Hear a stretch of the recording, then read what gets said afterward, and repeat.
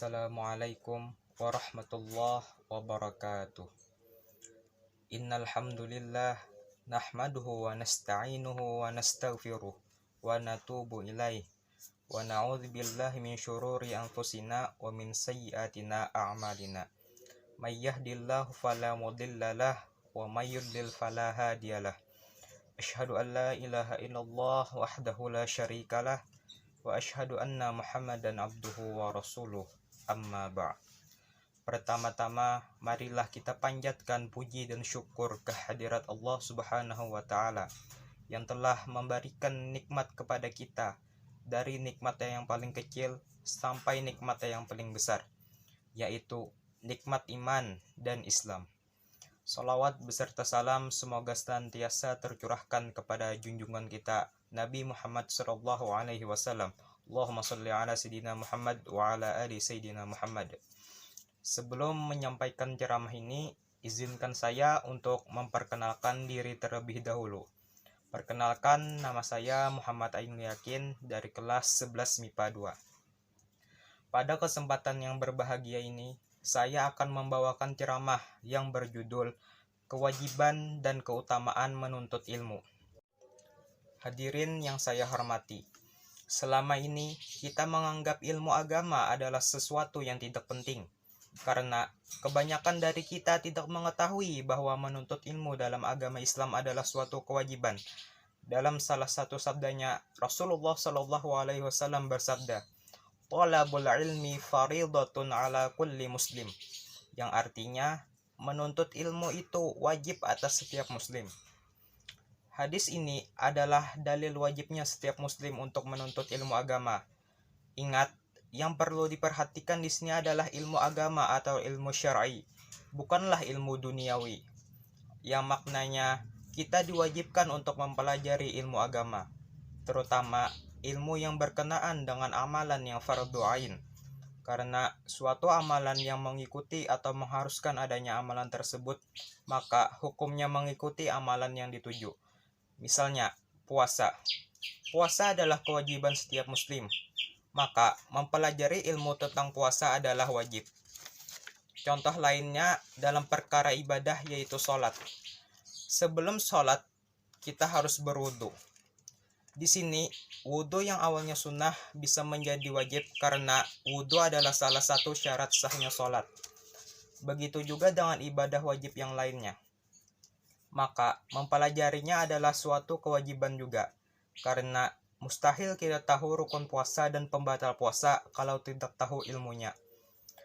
Hadirin yang dirahmati oleh Allah, sesuatu yang Allah wajibkan maka akan diikuti dengan keutamaan atau fadilahnya. Sebagaimana hadis berikut, "Man salaka tariqan yaltamisu fihi ilma, sahalallahu lahu bihi tariqan ilal jannah," yang artinya, barang siapa yang berjalan untuk mencari ilmu, Allah akan mudahkan dirinya jalan menuju surga. Sebagian ulama memandang hadis ini sebagaimana teksnya, yaitu usaha kita dalam mendatangi majelis ilmu sudah dihitung sebagai pahala yang dengannya akan Allah mudahkan jalan menuju surga.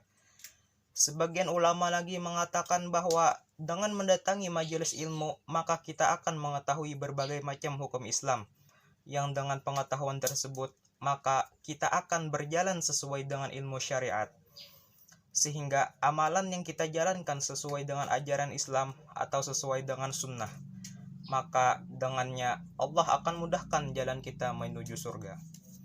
Allah Subhanahu wa taala juga mengabarkan kabar gembira bagi orang-orang yang menuntut ilmu dalam surah Al-Mujadalah ayat 11.